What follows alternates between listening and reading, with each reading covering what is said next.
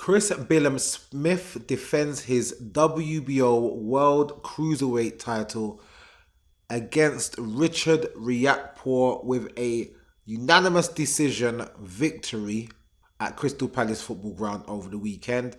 I was very disappointed with Richard Riakporhe. Another prediction that I got wrong. I expected Richard Riakporhe to come out very determined and looking to show Chris Billam-Smith who the boss actually is. He won the first fight. It was a close fight. This second fight, it was no such thing. There was levels of separation between the two, and not by any spectacular performance by Chris Billam-Smith. It was just that Richard Riakporhe was lackluster. He didn't turn up on the night. He was just not there. Came out in the first few rounds, high guard, just defending the shots coming at him, everything coming off the gloves and the elbow. But he wasn't doing anything in return. A bit like Subriel Matias against Liam Paro, but this time it was the champion, Chris Billam-Smith, with the output, and the challenger, Richard Riakporhe, with a high guard walking forward and not doing much. And it carried on like this throughout the fight. And it's not like Chris Billam-Smith was throwing a barrage of beautiful shots from all different angles and such like. It was just purely a lackluster performance from Richard Riakporhe.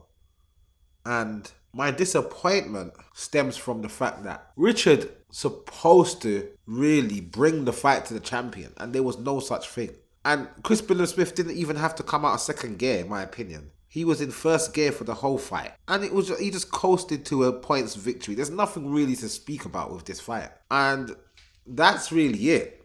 Will Chris Billam-Smith go on to unify? We'll see what boxer can get for him in terms of his next fights, if he's going to have a unification or if he's going to have another defense of the title. Time will tell. There are 3 champions at this weight class other than Chris Billam-Smith. So there's 4 champions. Every belt has its own champion. The WBC is held by Noel Mikhailian. Now, I don't know who this guy is. I've never heard of this guy.